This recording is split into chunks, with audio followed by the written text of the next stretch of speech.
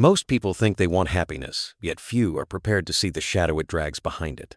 Have you ever wondered why some who finally get what they dreamed of, who find the love, the money, the recognition they longed for, soon feel a quiet, hollow ache return? That's because happiness, when worshipped as the ultimate goal, becomes an illusion, a glittering mirage the psyche projects into the distance, forever out of reach.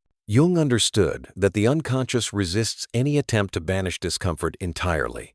It knows that constant light blinds as much as constant darkness. The human soul is not built to exist in a perpetual summer. It needs the winter to sharpen its edges, to remind it what the warmth is for. When you build your life on the expectation that happiness must be uninterrupted, you do not create peace, you create fragility. You become like fine glass in a turbulent world, forever one blow away from shattering. There's a reason ancient Stoics warned against chasing feelings as the measure of life's worth. Seneca wrote that true contentment is found in self-mastery, not in the whims of fortune.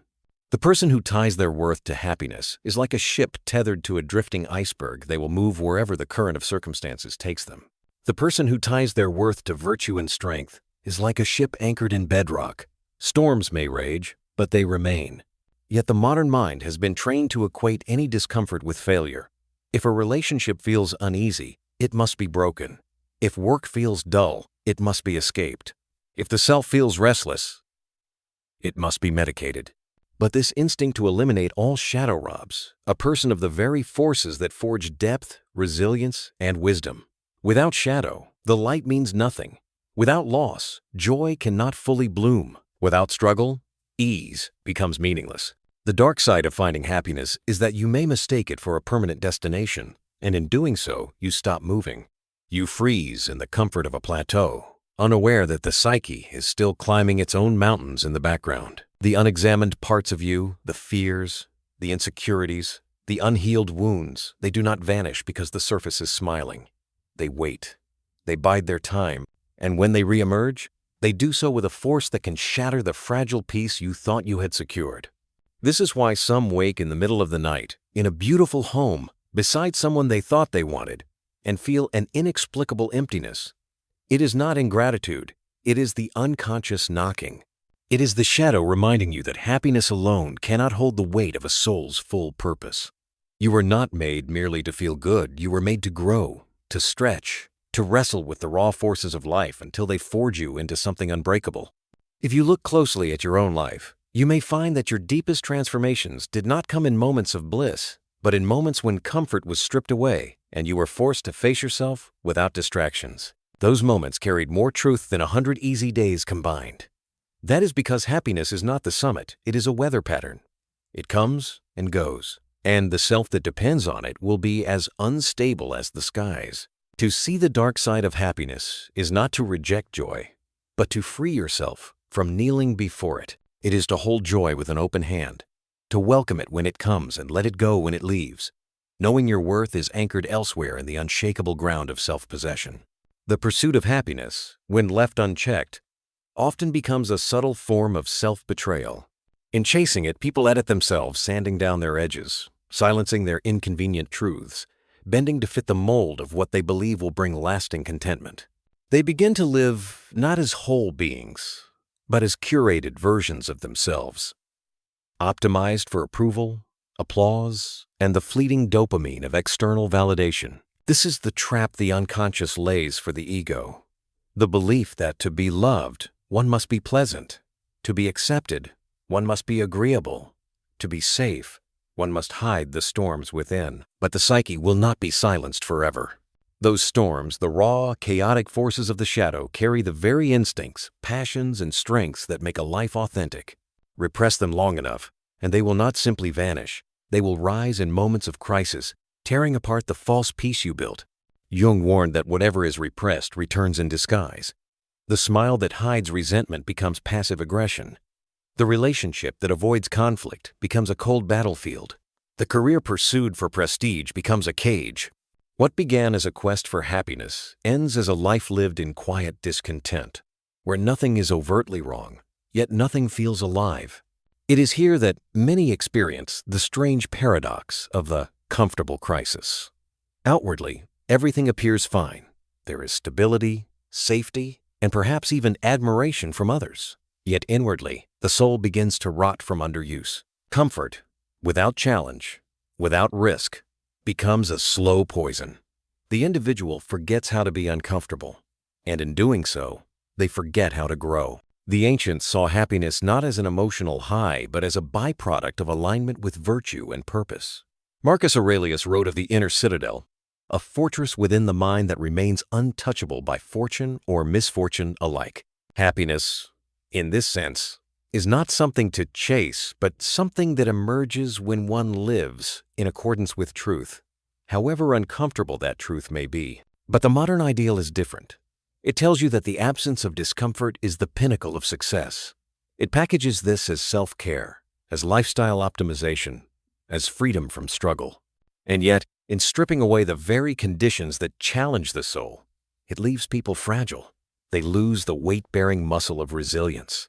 They lose the intimacy that comes from surviving storms together. They lose the confidence that only comes from having faced life's blows and remained standing. You may notice this in yourself. The more you insulate from discomfort, the more intolerable even small discomforts become. Minor inconveniences feel catastrophic. Slight criticisms feel like attacks. The ordinary frictions of life, once navigated with ease, begin to feel like unbearable stress. This is the erosion of the human spirit that overindulgence in happiness can cause. To walk the path of individuation is to reject the fantasy of endless comfort. It is to welcome both joy and sorrow as essential threads in the fabric of your becoming. It is to know that your wholeness does not depend on a single mood, but on your capacity to hold the full spectrum of human experience without fracturing. The dark side of happiness, then, is not that it exists, but that it can blind you to the deeper, wilder, more vital truths waiting beyond it. Those truths will never be found in a life designed to feel good all the time. They will be found in the depths you once feared, in the shadows you once avoided, in the moments when you dared to let the storm break you open. When happiness becomes the compass for every decision, life begins to shrink. You start avoiding what is necessary because it is not immediately pleasant. You sidestep hard conversations, not because they are meaningless, but because they threaten the fragile equilibrium you have built. You turn away from the kind of love that demands depth, vulnerability, and the dismantling of your defenses, opting instead for shallow waters where you can always keep your head above the surface. This is how the human spirit atrophies not through catastrophe, but through the steady starvation of its higher needs. The psyche does not thrive in perpetual ease. It thrives in the push and pull between effort and reward, between uncertainty and mastery, between solitude and connection. Remove the tension, and you remove the very friction that sharpens the soul. Jungian psychology insists that wholeness is not achieved by chasing one side of life's polarity, but by embracing both. To seek only happiness is to exile pain, yet pain is one of the primary gateways to self-knowledge. To seek only pleasure is to reject discipline, yet discipline is the scaffolding upon which freedom is built. When you banish the uncomfortable, you also banish the transformations it could have brought. The shadow waits at the edges of this false paradise. It watches you cling to your curated serenity, and it knows how fragile it is. Eventually, the shadow will call you back, perhaps through a sudden loss that shatters your safe routine, perhaps through a gnawing emptiness that no amount of distraction can fill. You will be confronted with the truth that the pursuit of happiness in isolation is too narrow a purpose for a human life. The Stoics understood this. They did not live in pursuit of comfort, but in pursuit of excellence of character. Seneca wrote that it is not the man who has too little, but the man who craves more, who is poor. And craving more happiness is a hunger that never ends, because happiness, in the modern sense, is not a stable state. It is a passing weather pattern. To tie your life's meaning to it is to place your destiny in the hands of something as changeable as the wind. And so the individual must confront the question, what lies beyond the need to feel good? What happens when the goal shifts from being happy to being whole? This is not an easy transition. It requires unlearning the cultural script that says joy is the ultimate proof of a life well lived. It demands the courage to sit in the desert seasons of life without rushing to manufacture rain. For some, this shift begins in moments of crisis, when the strategies that once kept them afloat no longer work. For others, it is quieter, a slow awakening to the fact that they have built a life that looks perfect but feels hollow. In either case, the call is the same. Leave behind the one-dimensional pursuit of happiness and enter the richer, messier, infinitely more rewarding territory of truth. Because only there, in the full confrontation with yourself, with your shadow, with the unvarnished reality of life, can you find something that lasts longer than happiness. You may call it meaning, you may call it peace. You may call it the unshakable knowing that come joy or despair, you are rooted, and from that root, you can weather anything. There comes a moment when the veil of false light falls away, and the person who has been worshiping happiness begins to see the cost. They see how many roads they refused to walk because they feared the thorns. They see the people they left behind because their complexity did not fit into the neat picture of joy they were trying to sustain. They see how their own growth was traded for the comfort of staying small. Happiness, in its modern form, is a domesticated thing. It asks for predictable routines, agreeable company, and a life that avoids extremes. But the soul, the deep, ancient part of you that speaks in symbols and dreams, was not designed for domestication. It was designed to encounter the full spectrum of experience, to be pierced by beauty and broken by loss, to wrestle with the questions that have no easy answers. This is not the path of constant delight. It is the path of aliveness. Jung wrote that people will do anything, no matter how absurd, to avoid facing their own soul. And this is the secret of the happiness chase. It can be one of the most sophisticated avoidance mechanisms. You convince yourself that you are on the right track because you are smiling more, because you have removed friction, because you have mastered the art of staying in a pleasant emotional range. But what if the real work, the transformative, bone-deep, soul-making work happens in the storms you've been running from? The Stoics saw this clearly. Marcus Aurelius reminded himself daily that the universe was not obligated to be gentle with him. He sought not to be happy, but to be worthy of the role he had been given in the grand order of things. This worthiness was forged in discomfort, in discipline, in the refusal to flinch when life demanded something difficult. If you strip your existence of challenge, if you chase happiness like a prize to be hoarded, you lose the muscle required to bear the weight of life when it inevitably grows heavy. And life will grow heavy not as a punishment, but as part of its nature. The world will not rearrange itself to protect your comfort. Seasons will shift. Relationships will fracture. Health will waver. Loss will arrive. Uninvited. If all you have prepared for is happiness, you will not have the depth to endure. But there is another way. It is not glamorous, and it will not always feel good.